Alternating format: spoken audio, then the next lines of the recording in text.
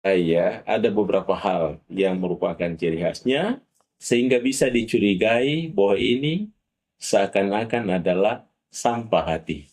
Yang pertama,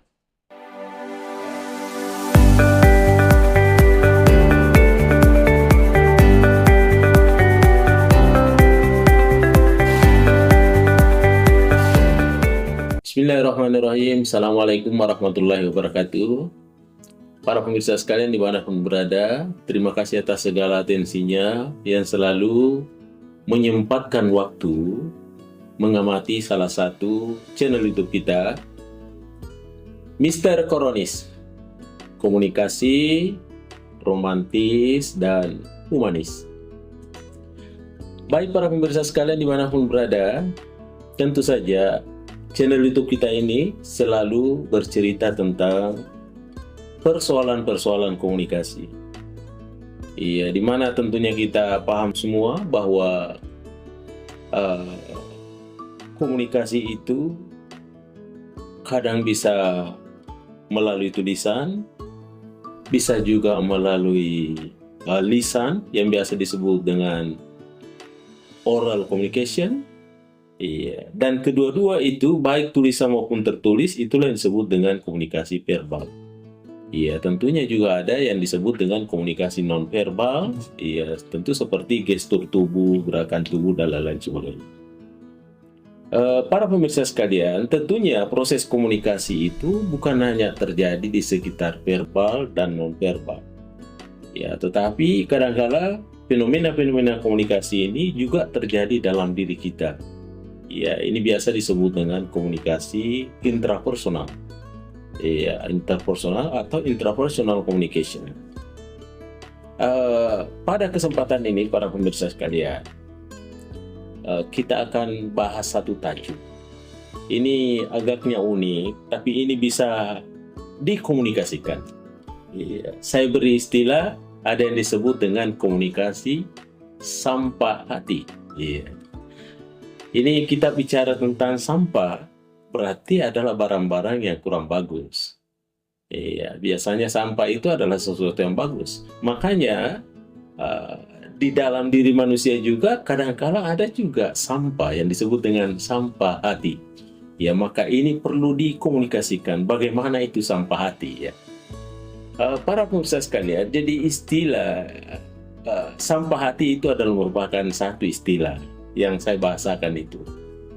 Satu istilah yang menggambarkan kira-kira bagaimana perasaan negatif yang tentunya terakumulasi ya, dan tidak diungkapkan atau diselesaikan secara sehat, ya, diselesaikan secara baik. Ya, boleh jadi itu adalah bentuknya seperti marah, ya, kekecewaan, iri hati, ya. Ya, boleh jadi juga adalah tentunya umpama ketidaksepahaman. Iya. Inilah disebut perasaan-perasaan negatif yang bisa menjadi sampah di dalam hati kita. Makanya ketika ini meluap, bisa dia termanifestasi dalam bentuk komunikasi yang merusak tanpa disadari oleh pelakunya. Iya. Makanya saya istilahkan ini adalah sampah hati. Ya. Makanya pada kesempatan ini kita coba membedah ya, bagaimana itu istilah sampah hati itu, ya, sehingga membuat menjadi komunikasi itu terjadi kerusakan, ya, dan tanpa disadari oleh pelakunya. Yang pertama kita bisa tandai ya, ada beberapa hal yang merupakan ciri khasnya sehingga bisa dicurigai bahwa ini seakan-akan adalah sampah hati. Yang pertama, kita melihat pesannya ya. Pesan yang disampaikan itu adalah pesan yang sifatnya pasif agresif. Iya. Bagaimana itu pasif agresif? Kadangkala ada orang tiba-tiba marah. Iya. Tanpa konfrontasi langsung. Iya. Marahnya itu kita tidak tahu kenapa dia mesti marah. Atau dia dalam bentuk sindiran, ya, biasa disebut dengan sarkasme, atau dia dalam bentuk diam, tiba-tiba diam, atau terjadi sebuah penundaan, ya, atau ada pujian-pujian palsu, ya, atau ada keluhan-keluhan terselubung. Iya, itulah yang disebut dengan pesan-pesan pasif agresif. Kadang-kala kita tidak tahu menahu sebagai komunikannya, kita tidak tahu apa yang terjadi terhadap diri komunikator yang membawa sampah hati tadi itu, ya. Ya, makanya ini menjadi kita menjadi ambigu, menjadi bingung, dan tentu ini bisa multitafsir. Itu yang pertama, ada perasaan pesan pasif agresif. Iya, apakah pesannya itu berupa afektif atau pesannya berupa kognitif? Iya, apakah pesannya berupa verbal atau pesannya berupa non-verbal? Yang jelas bahwa pesan itu adalah pasif dan agresif. Itu yang pertama. Kemudian yang kedua, kecenderungannya adalah mengeneralisasi yang berlebihan. Generalisasi yang berlebihan. Iya, kadangkala diiringi dengan tuduhan-tuduhan tanpa bukti. Ya, bagaimana itu mengeneralisasi? Artinya bahwa ketika komunikannya pernah melakukan kehilapan, maka berikutnya dia justifikasi lagi bahwa kamu lagi yang melakukannya. Berikutnya lagi, kamu lagi yang melakukannya. Padahal belum tentu itu yang melakukannya. Itu namanya mengeneralisasi secara berlebihan, karena pernah dia melihat awalnya pertama kali, dan kemudian itulah dijadikan sebuah patron, itulah dijadikan sebuah alat untuk menjustifikasi berikutnya dan berikutnya. Itulah yang disebut dengan generalisasi yang berlebihan. Ya, tanpa bukti, tuduhan tanpa bukti. Itu yang kedua. Kemudian yang ketiga, para pemirsa sekalian, bagaimana ciri khasnya ini, sampah hati ini yang ketiga ini. Iya. Yang ketiga itu bisa ditandai dengan bahasa tubuh yang tertutup. Iya. Bagaimana itu bahasa tubuh yang tertutup? Iya. Boleh jadi kadangkala kita lihat komunikatornya itu, pelakunya itu adalah ekspresi wajahnya tertutup. Iya, ditandai dengan cemberut, ya, tidak ada senyum-senyum begitu, ya. Itu kan namanya wajah-wajah tertutup. Itu artinya tidak siap berkomunikasi. Tidak perlu tanya, karena dia sudah cemberut, dia sudah diam, tidak perlu tanya lagi. Tunggu dia senangnya begitu, ya. Iya. Kemudian bisa jadi dia postur tubuhnya yang tertutup. Iya. Bagaimana itu postur tubuh yang tertutup? Artinya dia tidak siap melakukan proses-proses komunikasi. Iya, biasanya kalau disapa dia ngomong, tapi kali ini disapa tidak ada ngomong apa-apa. Berarti itu namanya postur tubuhnya tertutup. Boleh jadi juga adalah ada gerakan-gerakan yang sifatnya agresif. Bagaimana itu gerakan-gerakan agresif? Ya, kadang-kadang barang dilempar, ya, atau ada benda-benda yang dibunyikan itu.